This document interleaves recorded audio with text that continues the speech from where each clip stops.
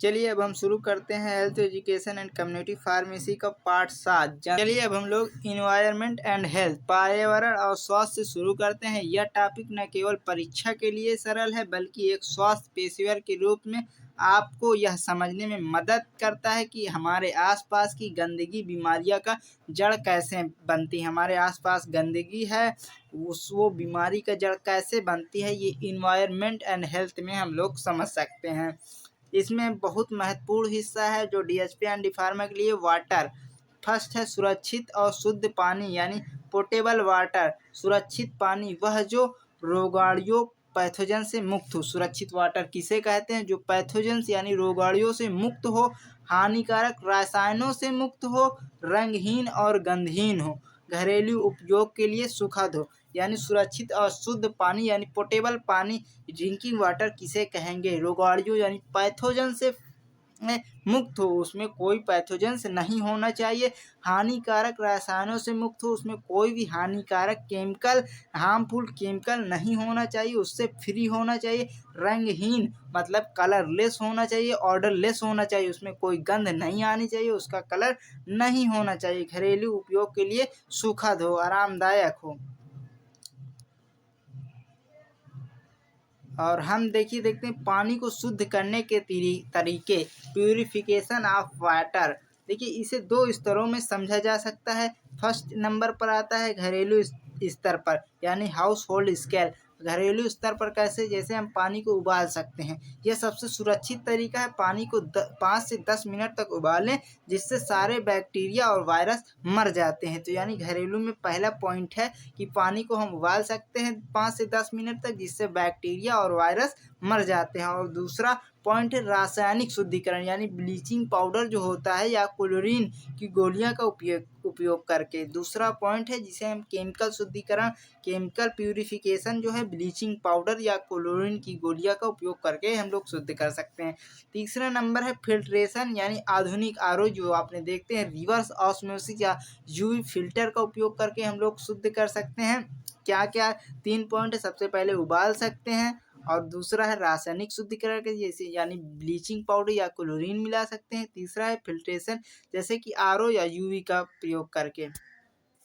अब B number है जो बड़े स्तर पर यानी लार्ज स्केल पर जैसे कम्युनिटी के लिए बड़े के लिए नगर पालिकाओं में पानी को 3 चरणों में साफ किया जाता है। सबसे फर्स्ट है भंडारण स्टोरेज, इससे भारी गंदगी नीचे बैठ जाती है। दूसरा है फिल्ट्रेशन छानना, रेत के फिल्टर यानी सैंड फिल्टर का उपयोग करके सूक्ष्म गंदगी हटाई जाती है। फिल्ट्रेशन यानी रेत के फिल्टर सैंड फिल्टर का उपयोग करते हैं जिससे गंदगी हटाई जाती है। दूसरा है डिसइंफेक्शन यानी कीटाणु शोधन, मुख्य रूप से क्लोरीनेशन यानी क्लोरीनीकरण किया जाता है ताकि पानी में मौजूद कीटाणु मर जाए। यानी लार्ज स्केल पर जो है सबसे पहले पानी को स्टोर करते हैं जिससे गंदगी नीचे बैठ जाए और उसे यानी रेत सैंड फिल्टर से उसको फिल्टर करते हैं जिससे गंदगी हटाई जाती है। और जो कीटाणु को खत्म करने के लिए क्लोरीनेशन यानी क्लोरीन मिलाकर उसे शुद्ध किया जाता है जिससे कीटाणु मर जाते हैं। ठीक है। नेक्स्ट 2 पॉइंट है वायु प्रदूषण यानी एयर पोल्यूशन। वायु प्रदूषण को स्वास्थ्य पर सीधा असर, जो वायु प्रदूषण है उसका सीधा स्वास्थ्य पर असर पड़ता है। विशेषकर कहाँ? क्योंकि हम सांस लेते हैं श्वसन तंत्र से यानी रिस्पायरेटरी सिस्टम से, तो इसका असर मेन रिस्पायरेटरी सिस्टम पर पड़ता है। मुख्य प्रदूषक कौन हो? कार्बन मोनोऑक्साइड जो है CO बहुत ही खतरनाक होता है। सल्फर डाइऑक्साइड यानी SO2 और पार्टिकुलेट मैटर यानी PM 2.5 या 10। ठीक है। जो वायु में होते हैं 2.5 पार्टिकल, PM 2.5 पार्टिकल। और दूसरा जो है स्वास्थ्य पर प्रभाव अस्थमा। देखिए अस्थमा हो सकता है, ब्रोंकाइटिस की समस्या है, फेफड़ों का कैंसर है।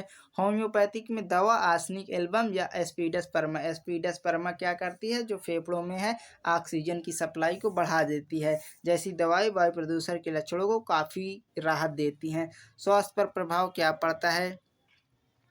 स्वास्थ्य पर प्रभाव देखिए इसका जो मुख्य प्रदूषक है वो CO है यानी कार्बन मोनोऑक्साइड है, SO2 है यानी सल्फर डाइऑक्साइड है जो PM 2.5 या 10 पार्टिकल हैं। और स्वास्थ्य पर इसका प्रभाव जो है अस्थमा कर देता है, ब्रोंकाइटिस करता है, फेफड़ों का कैंसर करता है, होम्योपैथिक में इसकी मेडिसिन आर्सेनिक एल्बम या एस्पिडस परमा है जैसी दवाएं प्रदूषण के लक्षणों को काफ़ी हद तक कम कर देती हैं।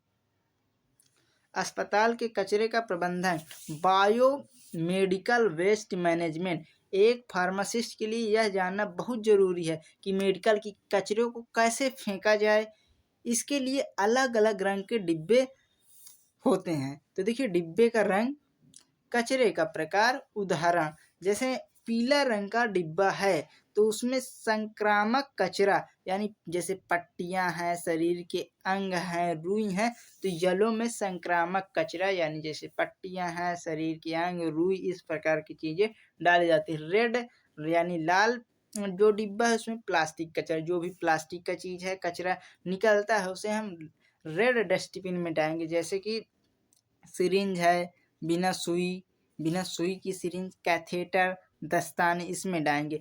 और नीला, ब्लू में क्या करेंगे, ब्लू का कांच का कचरा, जो भी कांच की शीशियां हैं और टूटी बोतलें हैं, मतलब होम्योपैथिक में कांच में मेडिसिन आती हैं तो उनको डालने की। सफ़ेद यानी वाइट के लिए नुकीला कचरा, जैसे सुई है, जो सिरिंज में सुई होती है, नीडल्स है, ब्लेड है, स्कैल्प्स है, उसे इसमें डालेंगे। अगला है मल मूत्र निपटान यानी एक्सक्रेटा डिस्पोजल, मल मूत्र का निपटान।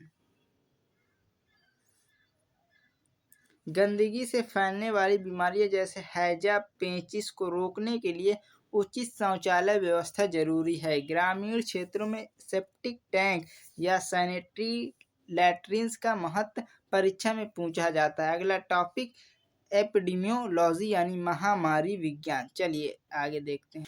चलिए, नॉन कम्युनिकेबल डिसीज यानी SCDS यानी उन बीमारियों से शुरू करते हैं जो एक व्यक्ति से दूसरे व्यक्ति में नहीं फैलती। नॉन कम्युनिकेबल डिसीज जो एक व्यक्ति से दूसरे व्यक्ति में नहीं फैलती उनके बारे में, बल्कि हमारी जीवन शैली यानी लाइफ स्टाइल, खान पान की वजह से होती हैं। कैसा खाते हैं, क्या जंक फूड खाते हैं, उसकी वजह से होने वाली बीमारियाँ।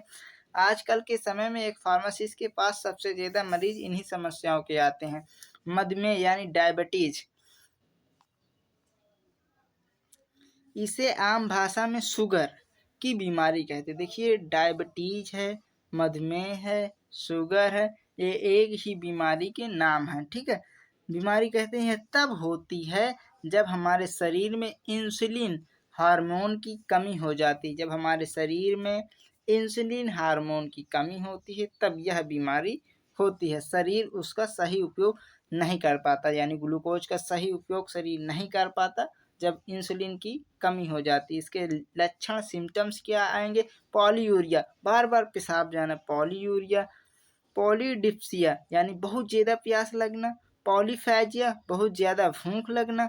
अचानक वजन कम होना और घाव का देरी से भरना। देखिए, घाव का देरी से भरना, वजन घट जाना, पॉलीयूरिया, बार बार पेशाब लगना, पॉलीडिप्सिया, बहुत ज़्यादा प्यास लगना, पॉलीफैजिया, बहुत ज़्यादा भूख लगना, ये इसके लक्षण हैं।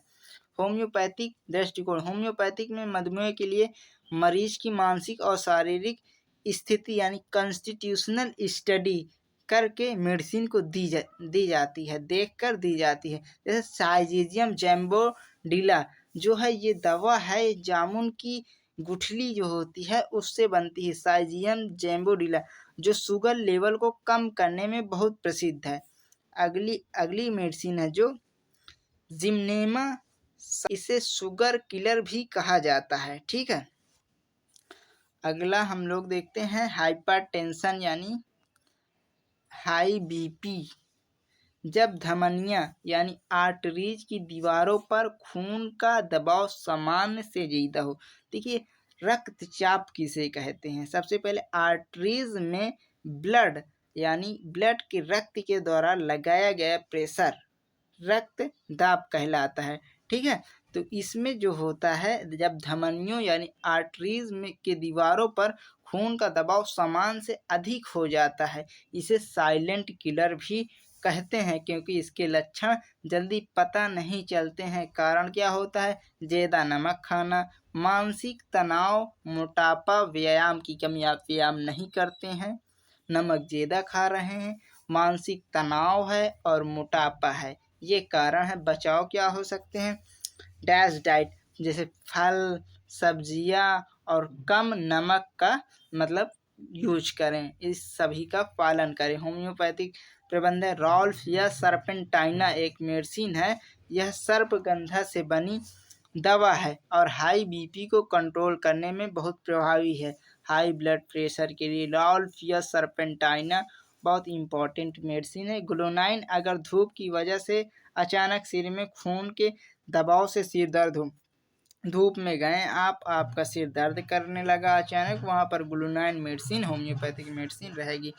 अगला हम लोग देखते हैं कैंसर। कैंसर शरीर में कोशिकाएं यानी सेल्स की अनियंत्रित वृद्धि को कैंसर कहते हैं। देखिए शरीर में कैंसर कब होता है? जब कोशिका जो है डिवीजन, ऐसे तो सभी कोशिका जितनी भी सेल हैं वो डिवीजन करती हैं, लेकिन जब सेल डिवीजन अनियंत्रित मतलब उस पर कोई कंट्रोल नहीं रहता, डिवीजन करे ही जाती हैं, करे ही जाती हैं, करे जाती हैं, तो उस स्थिति को कैंसर कहा जाता है। मुख्य कारण तंबाकू, धूम्रपान, रेडिएशन और कुछ रसायनों का संपर्क।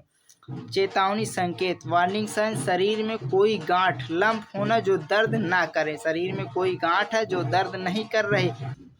देखिए तिल है या मस्सा है, मस्से के रंग का और आकार में अचानक तिल या मस्से के रंग का कोई है और उसमें अचानक बदलाव आ जाए, आवाज़ में भारीपन, निगलने में तकलीफ। निवारण, कैंसर का शुरुआती पता लगाना, अर्ली डिटेक्शन ही सबसे बड़ा बचाव है। यदि आपने कैंसर का अर्ली डिटेक्शन कर लिया, पहले से ही पहचान लिया, तो ये ही बहुत बड़ा बचाव है।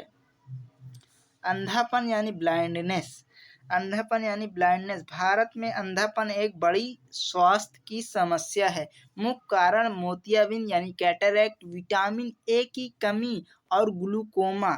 राष्ट्रीय कार्यक्रम national programme for control of blindness के तहत मुफ्त ऑपरेशन और विटामिन ए की खुराक दी जाती है, तो ध्यान रखिए।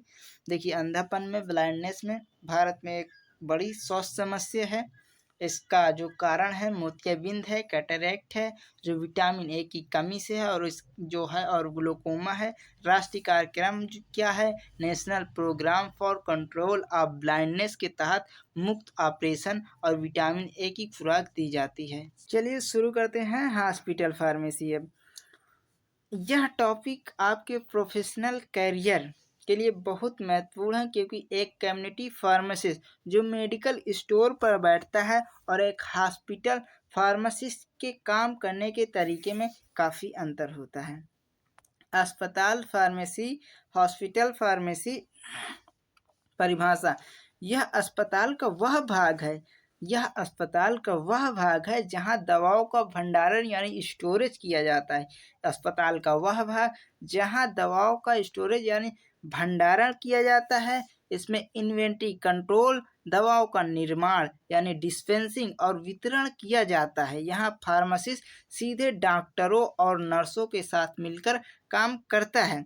अस्पताल फार्मासिस्ट के कार्य, फंक्शन क्या होता है? एक हॉस्पिटल फार्मासिस्ट के कौन से कार्य होते हैं? तो सबसे पहले का दवाओं की खरीद, अस्पताल की ज़रूरत के अनुसार दवाओं का ऑर्डर देना, मतलब दवा कितनी बची है, कितनी खत्म होने वाली है, तो उसके खरीद के लिए यानी अस्पताल की ज़रूरत के अनुसार दवाओं को ऑर्डर करना। भंडारण स्टोरेज यानी दवाओं को सही तापमान और सुरक्षित जगह पर रखना। और वितरण यानी डिस्ट्रीब्यूशन, मरीज को आईपीडी और ओपीडी तक दवा पहुंचाना। दवा परामर्श, मरीजों को दवा लेने का सही तरीका समझाना। नर्सिंग स्टाफ को ट्रेनिंग, नर्सों को दवाओं के साइड इफ़ेक्ट्स और उन्हें स्टोर करने के बारे में बताना। तो इसके बारे में देखिए क्या कार्य होता है। दवाओं को खरीदना, अस्पताल की ज़रूरत के अनुसार ऑर्डर देना दवाओं को, दवाओं का भंडारण कहाँ पर, कितने तापमान पर, सुरक्षित जगह पर रखना है। वितरण डिस्ट्रीब्यूशन, मरीज को आईपीडी और ओपीडी तक दवा पहुंचाने का कार्य। दवा परामर्श, मरीजों को दवा लेने का सही तरीका बताने का काम। नर्सिंग स्टाफ को ट्रेनिंग, नर्सों को दवाओं के साइड इफ़ेक्ट्स और उन्हें स्टोर करने के बारे में बताना। दवा वितरण प्रणाली यानी दवा वितरण प्रणाली, ड्रग डिस्ट्रीब्यूशन सिस्टम, अस्पताल में मरीजों को दो तरह से दवा दी जाती, out patient OPT। Out patient किसे कहते हैं? OPD। आउट पेशेंट कौन होता है? OPD वे मरीज होते हैं जो डॉक्टर को दिखाकर घर चले जाते हैं। OPD पेशेंट वो होते हैं जो डॉक्टर को दिखाकर घर चले जाते हैं, या फार्मासिस्ट डॉक्टर के पर्चे को चेक करता है और दवा समझाकर मरीज को दे देता है। और IPD क्या होता है? इन पेशेंट IPD ये वे मरीज होते हैं जो अस्पताल में भर्ती होते हैं। इन्हें दवा देने के अलग अलग तरीके हैं। इंडिविजुअल प्रिस्क्रिप्शन ऑर्डर सिस्टम, हर मरीज के लिए अलग से दवा का पर्चा आता है। फ्लोर स्टॉक सिस्टम, नर्सों के पास कुछ ज़रूरी दवाओं का स्टॉक जैसे पेन किलर पट्टी वार्ड में ही रखा जाता है। जो देखिए सबसे पहले इंडिविजुअल प्रिस्क्रिप्शन ऑर्डर सिस्टम, मतलब अलग अलग पेशेंट के लिए जो अलग पर्चा होता है दवा का वो आता है, ठीक है। फ्लोर स्टॉक सिस्टम, नर्सों के पास कुछ ज़रूरी दवाओं का स्टॉक जैसे पेन किलर पट्टी वार्ड में ही रखा जाता है। यूनिट डोज सिस्टम, मरीज को केवल उतनी ही दवा दी जाती है जितनी उसे उस समय लेनी है। मतलब घर भेजने वालों को आपने 3 दिन की दवा दे दी, लेकिन जो भर्ती हुआ है उसे उतनी ही दवा देंगे जितनी उस समय उस व्यक्ति को लेनी है। जैसे एक गोली एक पैकेट में, यह सबसे सुरक्षित तरीका माना जाता है क्योंकि इससे दवा की गलती बहुत कम होती है। इन्वेंट्री कंट्रोल, अस्पताल में दवाओं की बर्बादी को रोकने के लिए कुछ वैज्ञानिक तरीकों का इस्तेमाल होता है जो हमने पहले भी संक्षेप में देखे थे। ABC एनालिसिस, दवाओं की कीमत के आधार पर। VED एनालिसिस, दवाओं की उपयोगिता, वाइटल अवशेषणल डिजायरेबल के आधार पर, ठीक है, पावर के आधार पर, उपयोग के आधार पर, इस तरह। लीड टाइम, ऑर्डर देने और दवा अस्पताल पहुंचने के बीच का समय, ठीक है। सेंट्रल स्टेराइल सर्विसेज,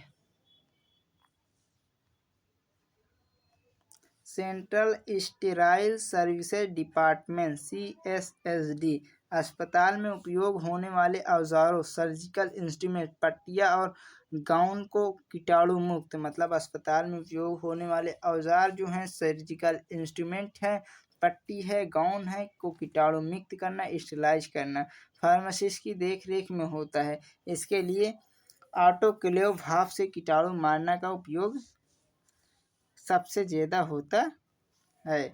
अस्पताल फार्मेसी के कानूनी नियम, लीगल रिक्वायर, अस्पताल फार्मेसी चलाने के लिए फार्मेसी एक्ट के नियमों का पालन करना अनिवार्य है। अस्पताल फार्मेसी चलाने के लिए फार्मेसी एक्ट 1948 के नियमों का पालन करना अनिवार्य है। दवाओं का रिकॉर्ड यानी रजिस्टर रखना जरूरी है, खासकर उन दवाओं को जो नशीली या हैबिट फॉर्मिंग होती हैं।